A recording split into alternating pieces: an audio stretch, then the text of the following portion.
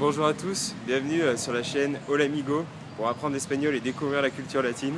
Aujourd'hui, je vais aborder le thème de tous ceux qui disent qu'ils ne peuvent pas apprendre l'espagnol, qui n'ont pas le temps d'apprendre une langue parce que ils sont trop chargés, ils ont trop de travail, ils étudient, ils ont des journées vraiment complètes et ils ne trouvent aucun temps mort pour apprendre.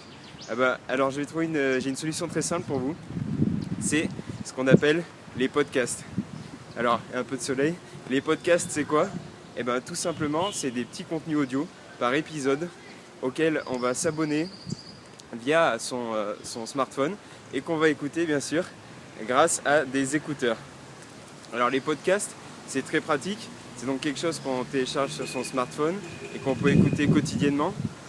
Et en fait, ce qui est bien, c'est qu'on peut l'écouter en marchant, en faisant du sport, en allant au travail, en allant étudier. Dans les transports en commun, on peut l'écouter absolument partout.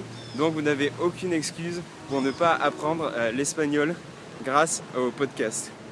Alors c'est très simple, pour les utiliser, il suffit d'aller sur Android, sur l'Apple Store ou sur le Google, les applications Google, de télécharger la petite application podcast si vous ne l'avez pas déjà.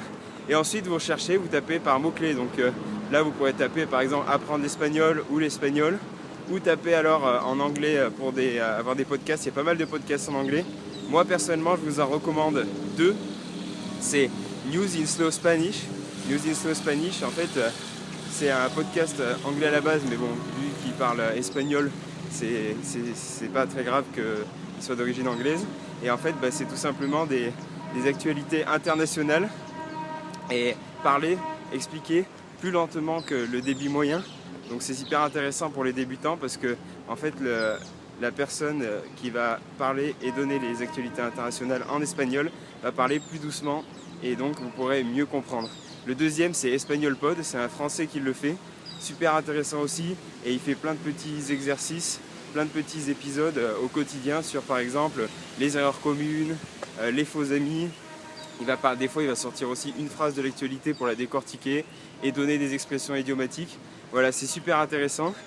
Si vous voulez en savoir plus, je vous invite à vous rendre sur le blog, sur l'article fait sur les podcasts que j'ai fait pour aller plus en profondeur et pour voir vraiment comment ça marche. Donc voilà, maintenant vous n'avez plus d'excuses pour travailler votre espagnol dans le bus, dans le métro, en marchant ou en faisant du sport. Je vous souhaite une pure vida à tous et on se voit pour la prochaine vidéo. Allez, salut!